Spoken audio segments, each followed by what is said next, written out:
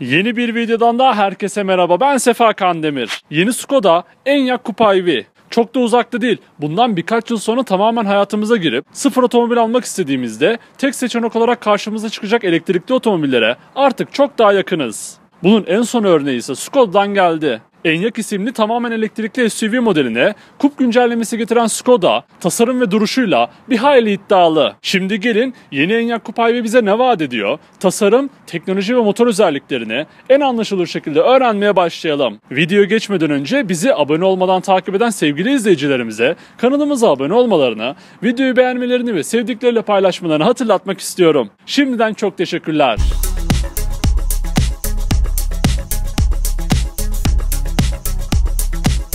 Skoda Enyaq ilk kez 2022 Eylül ayında Skoda markasının tamamen elektrikli C-SUV modeli olarak yollardaki yerini aldı.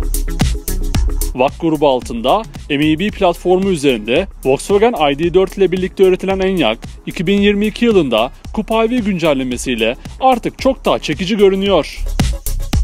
Yeni Enyaq Coupe'ye önden baktığımızda standart Enyaq'la arasında hiçbir fark göremiyoruz. Ön tarafta Skoda'nın karakterini yansıtan altıgen şekilli büyük panjur ve onun iki yanındaki agresif bakan farlar dikkatimizi çekiyor. Tasarımında kristalin tasvir edildiği panjurdaki 131 LED sayesinde akşam saatlerinde tüm dikkatler üzerinize çekilecek. Buna ek olarak Matrix farların içindeki 24 adet LED ile ultra lüks otomobillerin sunduğu aydınlatma kalitesine erişebileceksiniz. Alt tarafa indiğimizde herhangi bir havalandırma girişine ihtiyacı olmasa da büyük ve agresif detaylara sahip tampon tasarımı benden tam puan almayı başarıyor.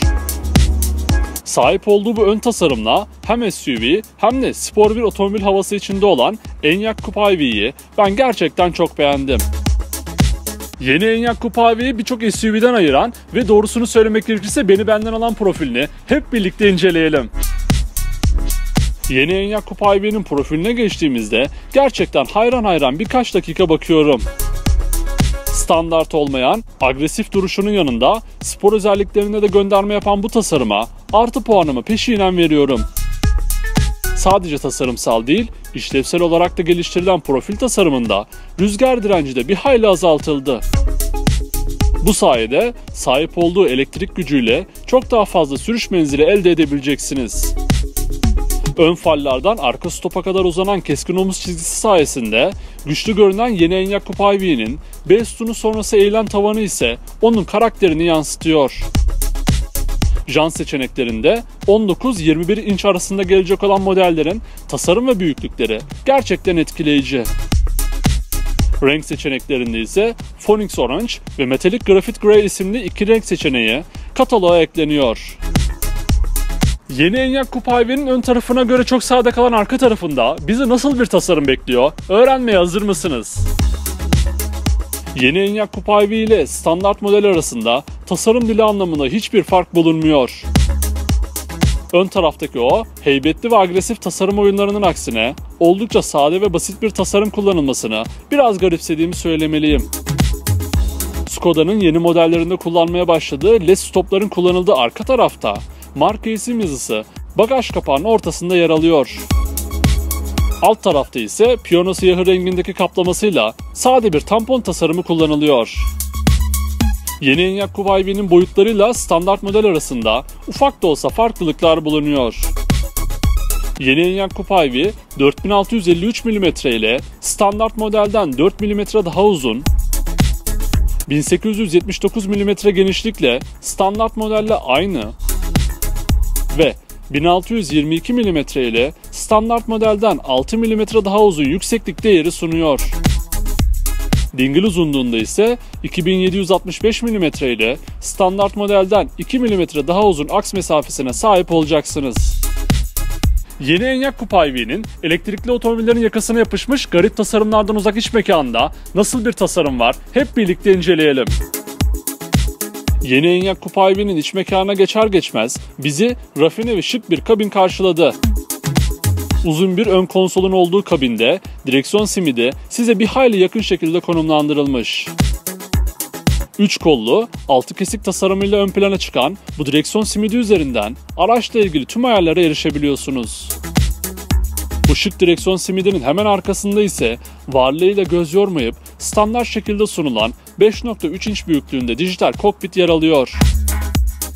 Araçla ilgili bilmeniz gereken anlık bilgilere erişebileceğiniz bu ekranın renkleri ve çözünürlüğü gayet iyi. Kumaş ve fırçalı alüminyum kaplamaların eşlik ettiği kabinde head-up display ekranına da sahip olabilirsiniz.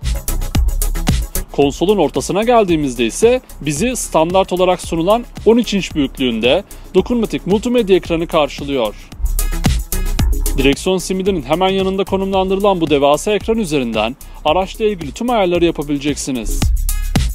Standart olarak sunulan çift bölgeli klima kontrol ünitesi, ambiyans aydınlatma, sürüş modları ve daha birçok özelliğe de bu ekran üzerinden erişebileceksiniz. Buna ek olarak Apple CarPlay ve Android Auto entegrasyonları da bu ekranda mevcut. Ekranın altında ise havalandırma menfezleri ve özellik tuşlarına yer verilmiş. Orta konsola indiğimizde bizi oldukça kullanışlı bir mekan karşılıyor. Ön tarafta 2 adet USB bağlantı noktası ve aynı anda 2 telefonu şarj edebileceğiniz kablosuz şarj pedinin yer aldığı eşya gözü bulunuyor.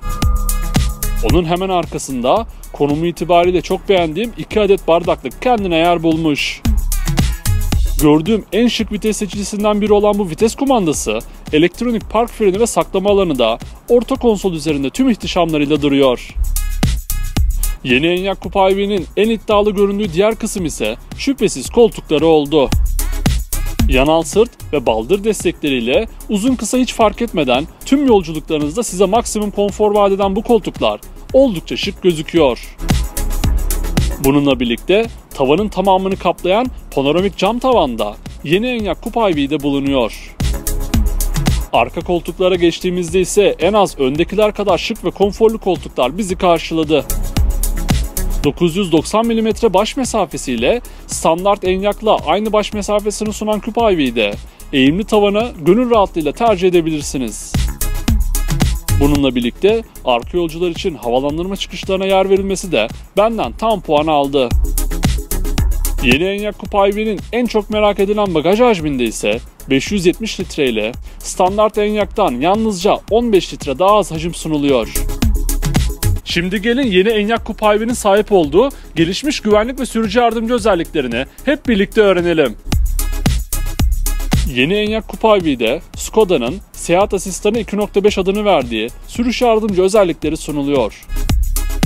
Bu paketin içerisinde aracın hızını trafiğin akışına göre ayarlayan adaptif hız sabitleyici ACC, kör noktanızda kalan araçları aynalar üzerindeki uyarı ışıklarıyla size gösteren kör nokta uyarı asistanı, İstenmeyen kazaların önüne geçmek için önden çarpışma önleyici, park yerinden çıkarken kör noktanızdan bir araç geliyorsa aracın hareket etmesine izin vermeyen çıkış yardımcısı, aracın kendini park etmesini sağlayan park asistanı, otomatik yanan uzun farlar ve çok daha fazlasına yeni Skoda Enyaq Coupe IV'de sahip olabilirsiniz. Yeni Enyaq Coupe IV'nin elektrikli motoru ve güç seçeneklerine dair her şeyi öğrenmeye hazır mısınız? Yeni Enyaq Coupe IV'de 2 farklı batarya ve 4 farklı güç seçeneği yer alıyor. Standart olarak arkadan motorlu arkadan itiş ya da 4 tekerden çekiş sistemiyle satın alınabilen Enyaq Coupe IV'de 62 ya da 82 kWh'lik pil seçeneği bulunuyor. Arkadan itişli 60 isimli ilk versiyonda 62 kWh kapasiteli 177 beygir güç 310 Nm tork üreten motor yer alıyor. Sıfırdan 100'e 8.8 saniyede çıkan motorun maksimum hızı 160 km/s ile sınırlandırılmış durumda.